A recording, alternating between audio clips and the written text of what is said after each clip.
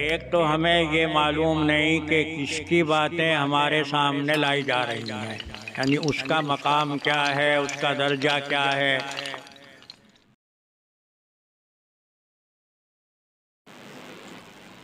अल्हम्दुलिल्लाह व कफ़ा व सलामुन अला इबादिल्लज़ीना इस्तफ़ा, अम्मा बाद। अऊज़ु बिल्लाहि मिनश शैतानिर रजीम, बिस्मिल्लाहिर रहमानिर रहीम। वलक़द अख़ज़ल्लाहु मीसाक़न नबिय्यीन लमा आतैतुकुम मिन किताबिन व हिकमतिन सुम्मा जाअकुम रसूलुम मुसद्दिक़ुन लिमा मअकुम लतु'मिनुन्न बिही व लतंसुरुन्नह। सदक़ल्लाहुल अलियुल अज़ीम। बुजुर्गान मोहतरम,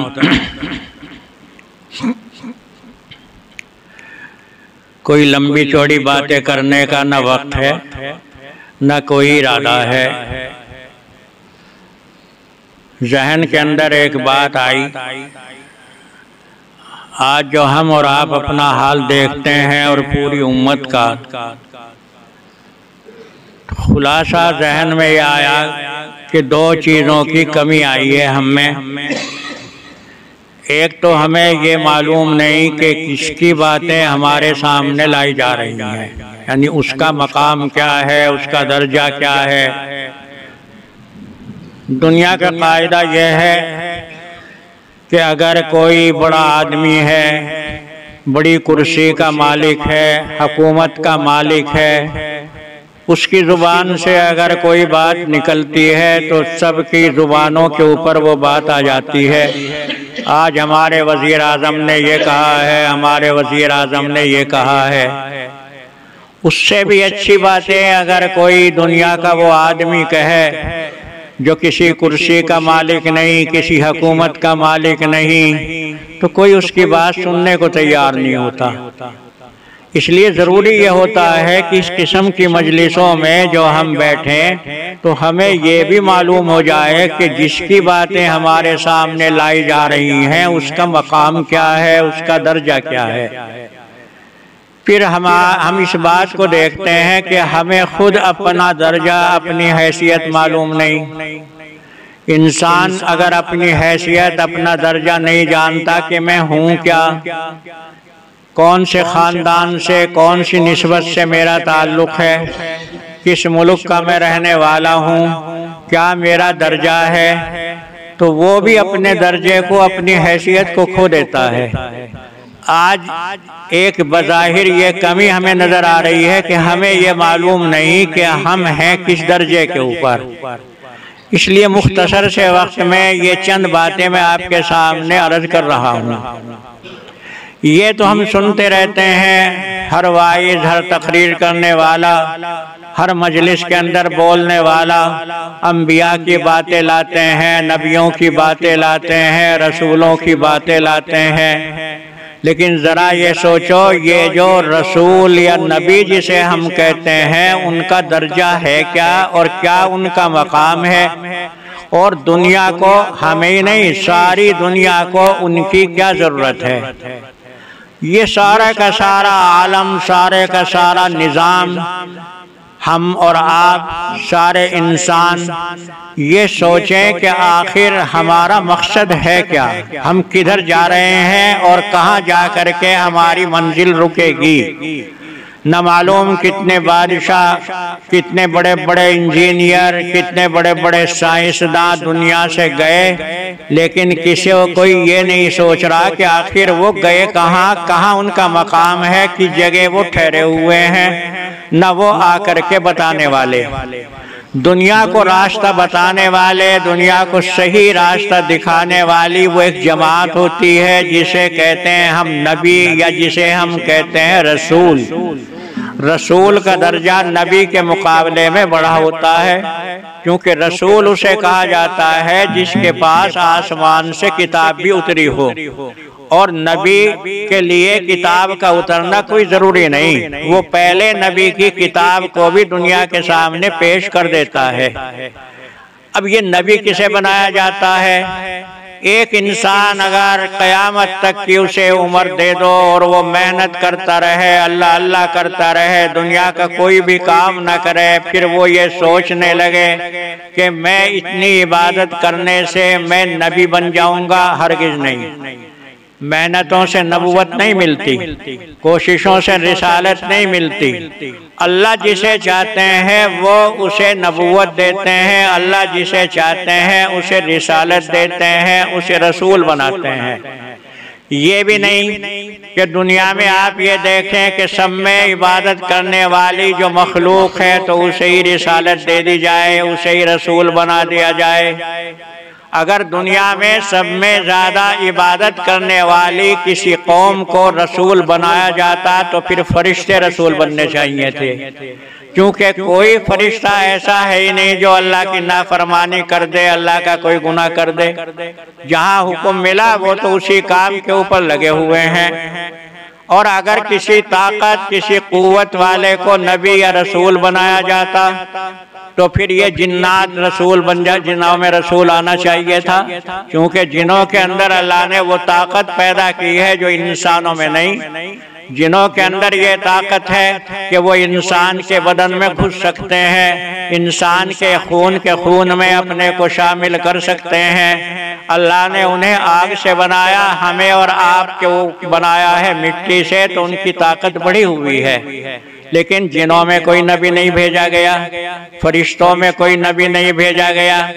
और अगर हुस्न खूबसूरत वालों को नबूवत या रिसालत मिला करती तो फिर औरतें नबी बन जाती। लेकिन अल्लाह ने किसी औरत को रसूल नहीं बनाया, अल्लाह ने किसी औरत को नबी नहीं बनाया। तो मालूम हुआ कि ये तो सिर्फ अल्लाह का एक इनाम है। अल्लाह किसे नबी बनाते हैं, किसे रसूल बनाते हैं, वो जाने उसकी मसलिहतें क्या हैं। लेकिन ये समझ लीजिए कि जिसे अल्लाह ने नबी बना दिया उसका दर्जा सारे आलम से आगे चला गया, फरिश्तों से भी आगे उसका मकाम, उसका दर्जा हो गया। और अल्लाह नबी या रसूल इसलिए बनाते हैं ताकि इस होने वाले मखलूक को बता सकें कि देखो अल्लाह को पाने का ये रास्ता है। अल्लाह को अगर तलाश करना है तो बगैर नबी की तालीम के खोए जाओगे, गुम हो जाओगे। ये दुनिया के लोग जो खोए गए हैं, कोई किसी चीज़ की पूजा करने लगा, कोई किसी चीज़ की, उसकी बात यही हुई कि उन्होंने नबी का रास्ता छोड़ करके और रास्ते इख्तियार किए। तो ये कह लीजिए इस थोड़े से खुलासे में कि नबी का दर्जा सारी मखलूक से अफजल होता है। अब एक ज़माना आया जिस वक्त के अल्लाह के सामने सारे नबी जमा थे, सारे रसूल जमा थे। तो उस वक्त अल्लाह ने सारे नबियों से एक मुआहिदा लिया।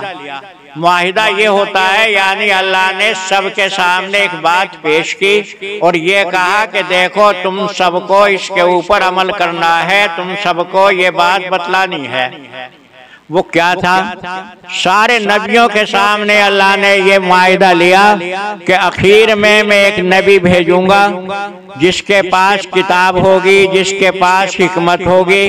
तुम्हारी ये जिम्मेदारी आती है कि हर आने वाला नबी जो दुनिया में आए वो अपने बाद वाली उम्मतों को ये कह करके जाए कि देखो मेरे बाद नबी आए तो तुम्हारे लिए जरूरी है कि तुम उसकी बात मानो। ये लाखों की तादाद में जमा हुई मखलूक अंबिया की, जिनके ऊपर कोई गुनाह नहीं, जो अल्लाह के दरबार में मकबूल, वो अल्लाह के सामने ये वादा करते हैं कि हाँ आखिरी नबी के बारे में हम अपनी उम्मतों को बतला करके जाएंगे। अब सोचो कौन है वो, उसका दर्जा कितना बड़ा उसका मकाम है। वो कौन है, किसके बारे में ये अंबिया कह करके गए। और जितने भी नबी दुनिया में आते रहे, सारे नबियों ने अपनी उम्मतों को यही कहा कि देखो हमारे बाद में जो नबी आएगा तुम्हारी जिम्मेदारी यह है कि तुम उसका साथ दो, तुम्हारी ये जिम्मेदारी है कि उसकी बात तस्लीम करो। बस जरा कम है, वरना मैं आपको बतलाता कि दुनिया के वाक़ियात क्या हैं। मदीना मुनव्वरा आपने देखा है, मदीना मुनव्वरा में जाने वाले हाजी लोग जाते हैं, उस मकाम को देखते हैं जहाँ नबी सल्लल्लाहु अलैहि वसल्लम आखिर में तशरीफ़ ले गए। ये मदीना मुनव्वरा है। लेकिन ये मदीना जहाँ आपका मकाम है, जहाँ आप इस वक्त में आराम फरमा है, ये वही जगह है जहाँ अल्लाह के नबी सल्लल्लाहु अलैहि वसल्लम का ज़िंदगी में क़याम रहा। और इससे पहले सब जानते हैं कि हज़रत अबू अय्यूब के मकाम के ऊपर आप ठहरे। तारीख़ के अंदर एक वाक़या आता है कि उस ज़माने का बादशाह जो ईसाई था, वो बादशाह मदीने मुनव्वरा के ऊपर हमला करने के लिए गया और उसके साथ में बहुत सारे ईसाई आलिम थे। ईसाई आलिमों से उसने मालूम करा, मुझे ये बतलाओ कि ये शहर जिसके मैं अजीब हालात देख रहा हूँ, अजीब जिंदगी की बातें इनकी सामने आ रही हैं, क्योंकि ये आने वाला बादशाह लड़ाई करता मदीने वालों से, और जब शाम हो जाती तो मदीने वाले उस बादशाह को और उसकी फौज को खाना खिलाते और रात भर आराम से सुलाते। सुबह होती तो फिर लड़ाई शुरू हो जाती। इसलिए बादशाह ने ये मालूम किया, मुझे ये बतलाओ ये शहर कौन सा शहर है। ईसाई आलिमों ने ये कहा, इंजील उठा करके देखो बादशाह, इसकी पूरी पहचान, पूरी शनाख्त इस शहर की यह है कि यहाँ आखिरी नबी आकर के ठहरेंगे जिनका नामी मोहम्मद होगा। बादशाह ने कहा कि अच्छा ये वही शहर है क्या? हाँ। क्या अच्छा, तो मेरा भी तो नाम आना चाहिए ना, मैं भी तो उन लोगों में शामिल हो जाऊं कि मैंने भी आखिरी नबी का साथ दिया है, आखिरी नबी की खिदमत की है। बादशाह ने कहा देखो यहाँ एक महल बनाओ और मेरी तरफ से उसका मुकम्मल खर्च होगा, और मैं शहर से जा रहा हूँ, एक आलिम को छोड़ करके जा रहा हूँ, वो आलिम इस मकान का पहरा दे, और बाद में जब उसका आखिरी वक्त आए तो वो बाद वाले को छोड़े, और यहाँ तक के आखिरी नबी आए तो उनकी खिदमत में मेरी तरफ से ये मकान पेश कर देना कि तुब्बा बादशाह आया था, ये उसने आपकी खिदमत के लिए मकान तैयार किया है। तो देखो ये ईसाई आलिमों ने तुब्बा बादशाह को पेशीन गोई की कि आखिरी नबी आएंगे। तारीख ये बतलाती है कि जब नबी करीम सल्लल्लाहु अलैहि वसल्लम मदीना मुनव्वरा में पहुंचे हैं तो हर आदमी ये कोशिश कर रहा था, ये तमन्ना कर रहा था, काश आपका क़याम मेरे घर में हो जाए। लेकिन आपने हुक्म दिया ऊँटनी की नकेल छोड़ दो, इसे जहाँ हुक्म मिलेगा ये वहीं पर बैठेगी, और ये ऊँटनी वहाँ बैठी जो उस वक्त में अबू अय्यूब का मकान था, और ये वो मकान है जो तुब्बा बादशाह ने हुजूर के लिए बनवाया था। इसलिए नबी करीम सल्लल्लाहु अलैहि वसल्लम का क़याम इस मकान में रहा है। तो कहने का मकसद ये है कि हर आने वाला नबी बाद की उम्मतों को बतलाता रहा, देखो नबी आखिरी ज़मा आएंगे, आखिरी नबी आएंगे, जरूरी है कि तुम उनका साथ दो। इससे ये मालूम हो जाता है कि नबी करीम सल्लल्लाहु अलैहि वसल्लम को अल्लाह ने वो मकाम अता फरमाया है, उतना बड़ा दर्जा दिया है कि उनका साथ देने का वादा तमाम अंबियाए किराम से खुद अल्लाह ने लिया है, और हर आने वाला नबी अपनी उम्मतों को ये कह कर के गया है। ये कौन है? ये है हमारे नबी मोहम्मद सल्लल्लाहु अलैहि वसल्लम। आपके जो कमालात हैं, जो खूबियाँ हैं, उन्हें इस मजलिस में बयान नहीं किया जा सकता। इतना समझ लीजिए कि जब आप मदीना मुनव्वरा में गए हैं तो एक यहूदी लड़का वो अपनी बकरियां चरा रहा था। यहूदी उसे कहते हैं जो हमारे नबी को तो नहीं मानते, लेकिन मूसा अलैहिस्सलातु वस्सलाम को वो नबी मानते हैं। इस्राएली भी इन्हीं लोगों को कहा जाता है। तो ये यहूदी था, हमारे नबी के ऊपर ईमान नहीं लाया था, ये और यहूदियों की और अपनी बकरियां जंगल में चरा रहा था। इतने में एक भेड़िया आया। भेड़िया कहने लगा खड़ा हो करके, अरे तू बकरियां चरा रहा है, तुझे पता नहीं कि मदीने में क्या हो रहा है? ये भेड़िया बातें करने लगा। चरवाहे को बड़ा ताज्जुब हुआ अरे भेड़िया भी बोला करता है, कहीं भेड़िया भी इस तरीके से बातें किया करता है। तो भेड़िए ने कहा तो मेरी बात के ऊपर ताज्जुब कर रहा है, जाकर के देख मदीने में आखिरी नबी आ चुके हैं और आखिरी नबी दुनिया को तालीम दे रहे हैं, तू जाकर के देख। चरवाहा कहने लगा अगर मैं जाऊं तो मेरी बकरियों का पहरा कौन देगा? तो भेड़िए ने कहा तेरी बकरियों का पहरा मैं दूंगा, तू चला जा। चुनाचे ये चरवाहा चला गया, हुजूर की मजलिस में गया और जाकर के इसने हुजूर को ये किस्सा सुनाया, ये ईमान भी ले आया। इतने ये हुजूर की मजलिस से लौट करके गया, इतने वो भेड़िया बराबर बकरियों का पहरा देता रहा। तो जिसकी नबूवत की गवाही, जिसकी नबूवत की शहादत खुद भेड़िए दे रहे हों, अंदाजा लगाइए कि कितना बड़ा उनका दर्जा है।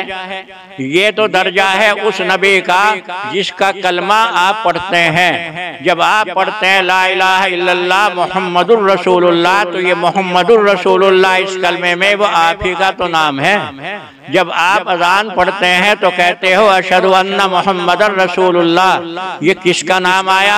ये उन्हीं का तो नाम है। जब आप तकबीर पढ़ते हैं, नमाज के लिए लोगों को बुलाते हो, तो क्या कहते हो? अशहदु अन्ना मुहम्मदर रसूलुल्लाह। और अगर ये सारी दुनिया अल्लाह को मान ले और मोहम्मद को रसूल न माने, तो फिर मोहम्मद को रसूल न मानने की वजह से वो मुसलमान नहीं कहलाएंगे, वो ईमान लाने वाले नहीं कहलाएंगे, उनकी बख्शिश नहीं होगी। अल्लाह ने इतना बड़ा दर्जा आपको दिया है। ये तो दर्जा उस नबी का है जिसके ऊपर हमारा और आपका ईमान है। और आप ये तो मुख्तसर सा समझ लीजिए कि अल्लाह ने आपको और हमें वो मकाम अता फरमाया है कि उस नबी की उम्मत के अंदर अल्लाह ने हमें और आपको शामिल कर लिया। अब आप अपना दर्जा भी सोच लीजिए। दुनिया का हाल जो आज हम देख रहे हैं कि मुसलमान कभी इधर को बहका, कभी इधर को बहका, कभी उसकी नकल उतारी, कभी उसकी नकल उतारी। वजह क्या है? वजह यह है कि उसने ना तो अपने नबी के मकाम को पहचाना, ना उसने खुद अपने मकाम को पहचाना कि मैं भी कौन हूँ। अगर आदमी खुद अपना दर्जा नहीं जानता कि मैं क्या हूँ, तो उसका फिर यही हाल होता है। कभी वो किसी की नकल उतारता है, कभी किसी की नकल उतार करके उसके ऊपर अमल करता है। कमी जहाँ पर आई है वो ये आई कि इस उम्मत ने अपना दर्जा ही नहीं जाना, इस उम्मत ने अपना मकाम ही नहीं पहचाना। फरमाया अल्लाह के नबी सल्लल्लाहु अलैहि वसल्लम ने, जब एक मर्तबा हुजूर से सहाबा ने सवाल किया कि अल्लाह के नबी, हश्र के मैदान में जहां अरबों इंसान इकट्ठे हो जाएंगे और आप भी उनमें होंगे, तो हम आपको कैसे पहचानेंगे? तो आपने इरशाद फरमाया तुम क्या काम करते हो? सवाल करने वाले ने कहा जी मैं ऊंट चराया करता हूँ। तो आपने मालूम किया कितने ऊंट हैं तुम्हारी देखभाल में? चरवाहे ने कहा कि तकरीबन 100 ऊंट हैं। तो आपने इरशाद फरमाया तुम्हारे 100 ऊँटों में से अगर एक ऊँट निकाल करके इधर उधर रला दिया जाए तो क्या तुम उसे पहचान लोगे? तो चरवाहे ने कहा कि जी हाँ, मैं अपने उस ऊँट को पहचान लूंगा। तो आपने इरशाद फरमाया यही हाल है मेरा, क़यामत के दिन मैं अपनी उम्मत के हर आदमी को पहचान लूंगा। और कैसे पहचानोगे? आपने इरशाद फरमाया मेरी उम्मत के ये लोग जो मेरे ऊपर ईमान लाए, ये जो वजू के अंदर अपना चेहरा धोते हैं, अपने हाथ धोते हैं, अपने पैर धोते हैं, तो क़यामत में सारी दुनिया में रले हुए ये इस तरीके से चमकेंगे जैसा कि चौदहवीं का चांद चमका करता है। ये तुम्हारा चेहरा, ये तुम्हारे हाथ, ये तुम्हारे पैर चौदहवीं के चांद की तरह चमक देंगे। तो ये मकाम कहाँ से मिला? ये नबी करीम सल्लल्लाहु अलैहि वसल्लम की उम्मती होने की वजह से हमें ये मकाम मिला। और ये कितना बड़ा दर्जा मिल गया। अगर सारी दुनिया की दौलत खर्च कर दो तो नहीं मिलेगी। हश्र का मैदान सोचो जहाँ सारी दुनिया इकट्ठी हो और वहाँ एक ऐसा मकाम मिल जाए कि अल्लाह का नबी हमें पहचान ले, तो फिर इससे बड़ा दर्जा और क्या होगा। हज़रत अबू हुरैरा रज़ी अल्लाह ताला अन्हु बयान करते हैं मैंने कहा अल्लाह के नबी हम आपको कहाँ तलाश करें क्योंकि उस वक्त तो सारी दुनिया इकट्ठी होगी, सारा आलम इकट्ठा होगा, खरबों की तादाद में इंसान होंगे। तो आपने इरशाद फरमाया जहां उम्मत के आमाल तोले जाते हैं, जहां वजन होगा हमारे कामों का, दुनिया से क्या काम लेकर के आए हो, वहां मुझे तलाश करना, मैं वहां मिलूंगा। आप इस दर्जे को नहीं जानते। देखो, अगर हमारा और आपका कहीं हिसाब किताब होने लगे और हमारा जो सिफारिशी है वो सिफारिशी हमारे बराबर में वहां पर खड़ा हो जाए, तो सिफारिशी के खड़े हो जाने से दिल मुतमईन हो जाएगा कि हाँ, सिफारिशी मेरी बराबर में खड़ा है। और जहाँ अल्लाह के नबी सल्लल्लाहु अलैहि वसल्लम उस मकाम पर खड़े हों जहाँ हमारा वजन तोला जा रहा है, कौन सा वजन? दुनिया में कितनी नेकियां लेकर के आए, दुनिया से कितनी बुराइयां लेकर के आए। तुमने हमने जवानी दी तो जवानी को कहाँ खर्च करके आए, तुम्हें हमने पैसा दिया, खजाना दिया, कहाँ लुटा करके आए। ये कोई मामूली हिसाब किताब नहीं है। इतना बड़ा हिसाब किताब हमारा हो रहा हो और हमारा सिफारिशी अल्लाह के नबी हमारी बराबर में खड़े हों, तो कितना बड़ा दर्जा इस उम्मती को हासिल हो गया। दुनिया की किसी उम्मत को इतना बड़ा मकाम हासिल नहीं होगा। और एक और हदीस आती है, फरमाया अल्लाह के नबी सल्लल्लाहु अलैहि वसल्लम ने, ये जो अल्लाह ने दोज़ख और जन्नत रखी है, दोज़ख को तो रखा है नीचे और जन्नत को रखा है ऊपर। और जिस वक्त के आप जन्नत में जाएंगे तो आपको एक रास्ता तय करना है जिसे पुल सिरात कहते हैं। मशहूर तो लोगों में यह है कि ये बाल की तरह बारीक होगा और ये तलवार की तरह तेज होगा, लेकिन सही बात यह है कि ये इंसान के अपने अमल, अपने कामों के एतबार से बारीक और तेज होगा। जिनके अमाल अच्छे हैं, जो नेक लोग हैं, उनके लिए तो ये रास्ता बहुत चौड़ा हो जाएगा, उनके लिए ये तलवार की तरह तेज नहीं रहेगा। और वो लोग जो दुनिया में अमल कर रहे हैं, काम कर रहे हैं, लेकिन काम कुछ नहीं किए जिससे अल्लाह राजी होता, तो उनके लिए ये बाल से ज्यादा बारीक और तलवार से ज्यादा तेज हो जाएगा। हदीस के अंदर ये आया है कि जिस वक्त के ये उम्मत उस पुल सिरात के ऊपर को गुजर रही होगी और क्या मंजर होगा, नीचे दोज़ख दहक रहा है और कैसी आग उसकी दहक रही है, अल्लाह सबको हिफाजत से रखे। ऐसी आग दहक रही है और उसके ऊपर पुल है, उस पुल के ऊपर को हम गुजर करके जा रहे हैं, तो एक वक्त ऐसा आएगा कि वो पुल हिलने लगेगा। जिस वक्त के ये पुल हिलेगा तो उम्मत जो आपकी उस पुल के ऊपर होगी वो चीख उठेगी, शोर मच जाएगा, इसलिए कि अगर जरा भी वो हिल गया और तेजी से वो हिल गया तो फिर नीचे आग में गिर जाएंगे। सबको नजर आ रहा है कि नीचे दोज़ख है, तो चीखेंगे, आवाज देंगे, कहाँ है मोहम्मद, कहाँ है हमारे नबी। तो आपने इरशाद फरमाया कि उस वक्त में मैं आवाज सुनूंगा और मैं उस वक्त में वहीं पर पहुंचूंगा और मैं जाकर के फिर पुल के ऊपर हाथ रखूंगा। मेरे हाथ रखने की बरकत से वो पुल सिरात अपनी जगह पर रुक जाएगा। ये सोचें आप कि इस उम्मत को अल्लाह ने कितना बड़ा मकाम दिया है कि उस वक्त में जबकि हम खतरे में आ गए, नीचे दोज़ख है, कहीं बचने का रास्ता नहीं। अगर सारी दुनिया की माल, सारी दुनिया की हुकूमत भी ला करके खड़ी करो कि इस पुल हिलते हुए पुल को जरा रोक दो, तो कोई रोकने वाला नहीं। ये सिर्फ फजीलत हासिल होगी इस उम्मत को आपकी बरकत से। तो आप अपना मकाम जाने, अपना दर्जा पहचाने और फिर देखो कि जो बातें यहाँ आपके सामने पेश की जा रही हैं, ये उस जात की बातें हैं कि सारा आलम, सारी दुनिया भी अगर एक तरफ रखो और उसकी एक बात का वजन कर दो तो उसकी बात का वजन दुनिया से बढ़ जाएगा। इतना बड़ा आपको अल्लाह ने मकाम दिया है।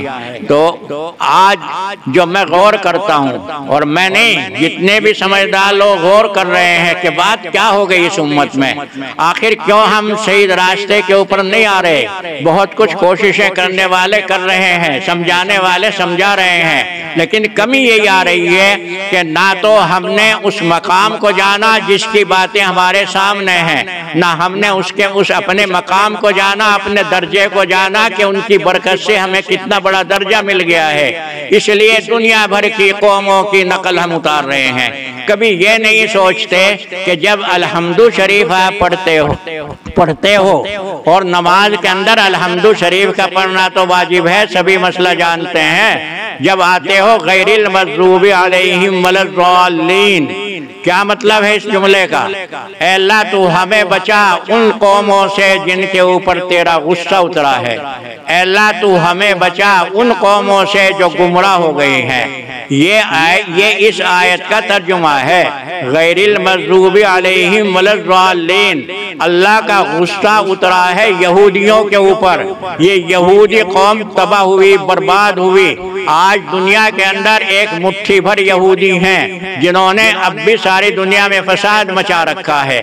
लेकिन अगर तारीख देखो, कुरान पाक को देखो, तो इस कौम के ऊपर इतनी दफे अजाब आए हैं, इतनी दफे अजाब आए हैं अल्लाह के, कि उन्हें हम शुमार भी नहीं कर सकते। और गुमराह कौम कौन हो गई? गुमराह कौम हो गए हैं ईसाई लोग, जो ईसा अलैहिस्सलातु वस्सलाम के ऊपर ईमान लाए। ईसाइयों का अकीदा ये है कि ईसा अलैहिस्सलातु वस्सलाम को जो फांसी दी गई है, तो सारी दुनिया के गुनाह, खास तौर से ईसाइयों के गुनाह ईसा उठा करके ले गए। अब हम जो चाहे करें, हम शराब पिएं, हम जिनाकारी करें, हम सूद लें, सूद दें, ये ईसाइयों का अकीदा है। उनके जो मुल्क हैं आज भी उनके अंदर सब में ज्यादा शराबखोरी, सब में ज्यादा जिनाकारी इसी की वजह से है।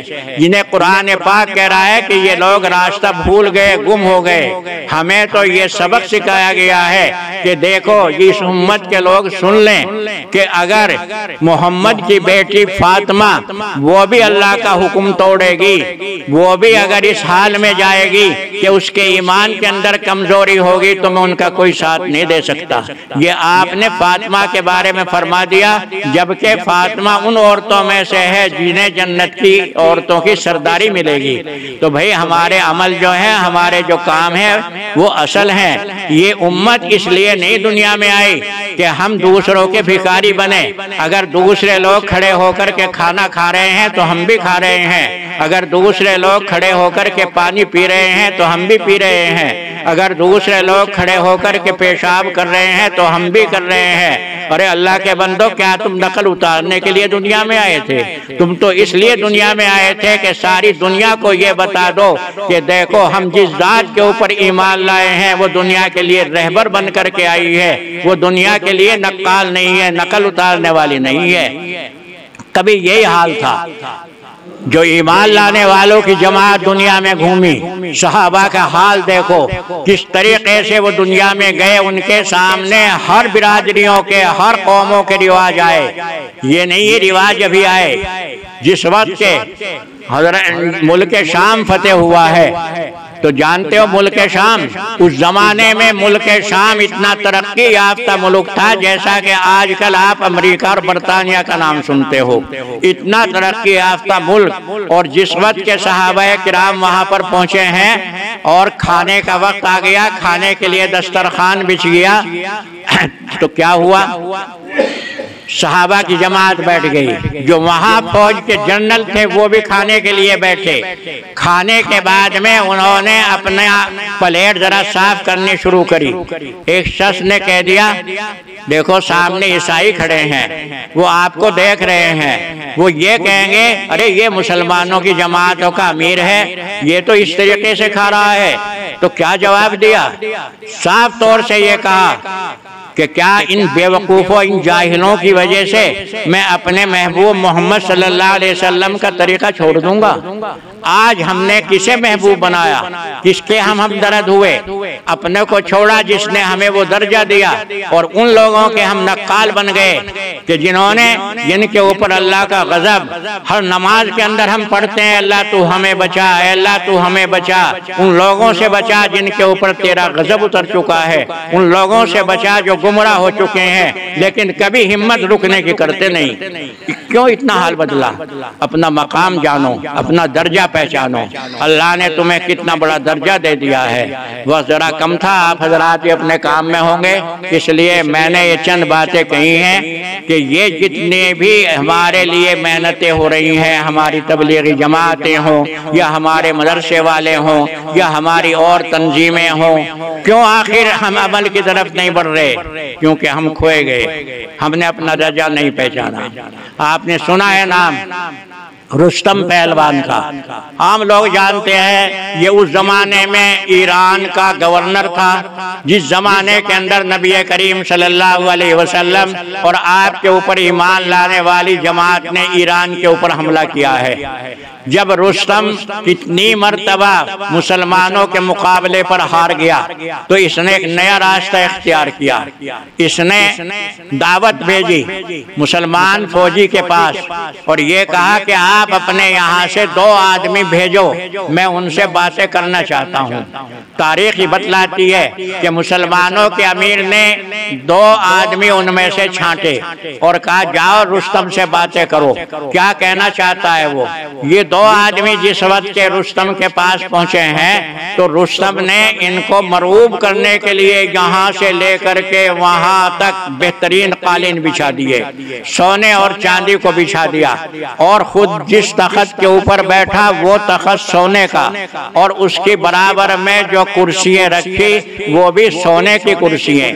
ये जाने वाले गए, जाने वाले जिस वक्त के वहां पहुंचे तो रुस्तम ने इशारा किया ये कुर्सियां हैं, बैठो। बैठ गए। बैठने के बाद इनकी निगाह पड़ी ये तो सोने की हैं, फौरन खड़े हो गए। रुस्तम ने कहा ये मैंने तुम्हारे लिए भी छुपाई हैं। जाने वालों ने कहा हम समझ गए, लेकिन हम जिस जात के ऊपर ईमान लाए हैं उसने हमें ये सबक सिखाया है कि एक मर्द को दुनिया में सोने और चांदी का इस्तेमाल करना जायज नहीं। हम ये सोने की कुर्सी के ऊपर नहीं बैठ सकते। ये दोनों के दोनों सोने की कुर्सी से खड़े हो गए। वो जितने भी उसके कालीन बिछे हुए थे यहाँ से लेकर के वहां तक, तो तारीख ये बतलाती है कि इस कालीन के ऊपर ये इस तरीके से अपने तीरों को मारते हुए जा रहे थे जैसा कि कोई जाने वाला मुसाफिर रेत के ऊपर अपनी बैंत मारता हुआ निकल जाता है। इन्हें इस बात का एहसास ही नहीं था कि हम कालीनों के ऊपर चल रहे हैं। आज हम जरा सी बातों के ऊपर बहक गए। अरे भाई फला कौम इस तरीके से कर रही है, फला कौम। अरे तुम्हें नकल उतारने वाले नहीं बना करके भेजा गया, तुम्हें तो इसलिए भेजा गया है कि अपने नबी के मुबल्लिग बनो, अपने नबी की बातें दुनिया को बताओ, एकदम निजाम अपना बदलो और फिर देखो अल्लाह किस तरीके से हमारी और आपकी मदद करता है। ये चंद बातें हैं, मुख्तसर से तौर से मैंने बता दिया है आपका मकाम और उस नबी का मकाम। अल्लाह हम सबको अमल करने की तौफीक अता फरमाए। व आखिर दावाना अल्हम्दुलिल्लाहि रब्बिल आलमीन। अब दुरूद शरीफ पढ़ लीजिए। अल्लाहुम्मा सल्ली अला सय्यिदिना व मौलाना मुहम्मद व अला आलि सय्यिदिना व बारिक व सल्लिम। रब्बना आतिना फिद दुनिया हसना व फिल आखिरति हसनतम व क़िना अज़ाबन्नार। रब्बना ज़लमना अनफुसना व इल्लम तग़फिर लना व तरहमना लनकूनन्ना मिनल ख़ासिरीन। अल्लाह तो हमारे गुनाहों को माफ़ फरमा, हमारी गलतियों को अल्लाह तो दरगुज़र फरमा। अल्लाह जो कुछ हमने सुना है उसके ऊपर अमल करने की हमें तौफ़ीक़ अता फरमा। तेरी ज़ात है अल्लाह बहुत बड़ी है, तू तमाम गुनाहों को माफ़ करने वाला है, तमाम गलतियों को दरगुजर करने वाला है। अल्लाह अपने गुनाहों की वजह से, अपनी नाफरमानियों की वजह से आज हम पकड़ में आ गए हैं। अल्लाह हम तौबा करते हैं, अपने गुनाहों से माफ़ी मांगते हैं। अल्लाह तो हमारे गुनाहों को माफ़ फरमा और हमें वही इज़्ज़त अता फरमा अल्लाह जो तूने अपने सहाबा को इज़्ज़त अता फरमाई थी। तेरे नबी के ऊपर हम ईमान लाए हैं, तेरी नबी की सुन्नतों के ऊपर अमल करने की हम हिम्मत रखते हैं। अल्लाह नबी की सुन्नतों के ऊपर, नबी के तरीक़ों के ऊपर अमल करने की हमें तौफ़ीक़ अता फरमा, हमें हिम्मत अता फरमा। आज दुनिया के रिवाजों ने, रस्म व रिवाज ने अल्लाह हमें घेर लिया है, दुनिया के तरीक़ों ने, दुनिया की नकलों ने अल्लाह हमारी ज़िंदगियाँ बर्बाद कर दी हैं। अल्लाह आज दुनिया के अंदर हम ज़लील व ख़ार होकर के रह गए। अल्लाह दुनिया के अंदर तो तूने हमें सब कुछ दिया, एक बहुत बड़ी ताकत ताकत है, बहुत बड़ी क़ुव्वत है जो आज तेरा नाम लेवे है, लेकिन आज दुनिया के अंदर हम हकीर व जलील होकर के रह गए। वजह यही है अल्लाह, हमने तेरा दरवाज़ा छोड़ा, दुनिया के दरवाज़ों के ऊपर हम गए अल्लाह, लेकिन दुनिया से हमें कुछ ना मिला। आज हम महरूम होकर के फिर तेरे दरवाजे के ऊपर आए हैं अल्लाह, तो हमारी तौबा को कबूल फरमा, हमारे गुनाहों को माफ़ फरमा। जो लोग दीनी खिदमतों में लगे हुए हैं, खा जमातों में लगे हुए हैं या मदरसों में लगे हुए हैं या तेरा नाम ले करके वो इबादतें कर रहे हैं अल्लाह, तो उन सब की खिदमतों को कबूल फरमा। इस मुल्क के अंदर अल्लाह तो मुसलमानों को अमन दे, चैन की ज़िंदगी दे, सुकून की ज़िंदगी दे अल्लाह, तो हमें हर किस्म का अमन दे, सुकून दे अल्लाह, तो इज़्ज़त की ज़िंदगी अता फरमा, ज़िल्लत की ज़िंदगी से बचा। जो मुसलमान परेशान हाल हैं अल्लाह, तो उनकी परेशानियों को दूर फरमा। हम सब को अल्लाह तौबा की तौफीक अता फरमा। जब तक रहें दुनिया में तो ईमान के साथ ज़िंदगी दे, और जब दुनिया से रुखसत हो तो अल्लाह ईमान के साथ उठा। जन्नतुल फिरदौस में हम सबको आला मकाम अता फरमा। व सल्लल्लाहु ताला अला खैरि खल्क़िही मुहम्मदिन व आलिहि व सहाबिही अजमईन बिरहमतिका या अरहमर राहिमीन।